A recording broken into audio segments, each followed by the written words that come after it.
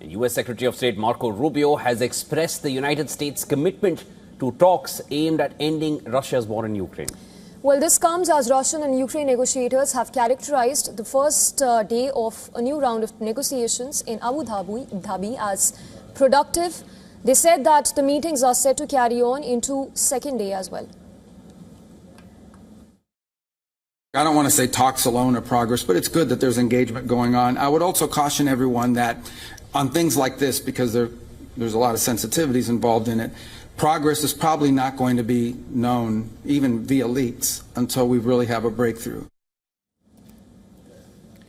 The US-mediated talks are the latest in a flurry of diplomacy that has so far failed to strike a deal to halt the war. Ukrainian President Zelensky stressed the negotiations had to lead to real peace and not provide Russia with a new opportunity to continue the war.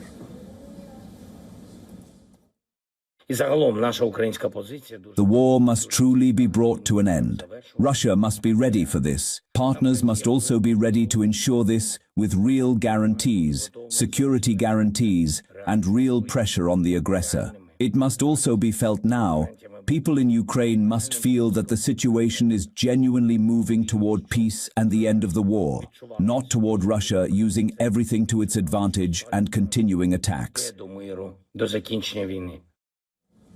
Shortly after the talks began on Wednesday, Russian forces struck a crowded market in eastern Ukraine with cluster munitions, killing at least 7 people and wounding 15 others. Zelensky underscored the human toll from the war, noting that over 55,000 of his country's troops had been killed. It marks a rare assessment of battlefield losses that both Moscow and Kiev have not typically provided. Ukrainian Foreign Ministry spokesperson Gregi Takye said that the content of the talks was on military and military political issues without elaborating on the same.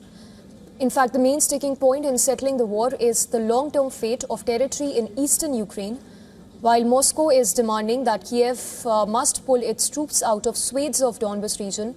As a precondition of any deal, it also wants additionally international recognition that land seized in the invasion belongs to Russia.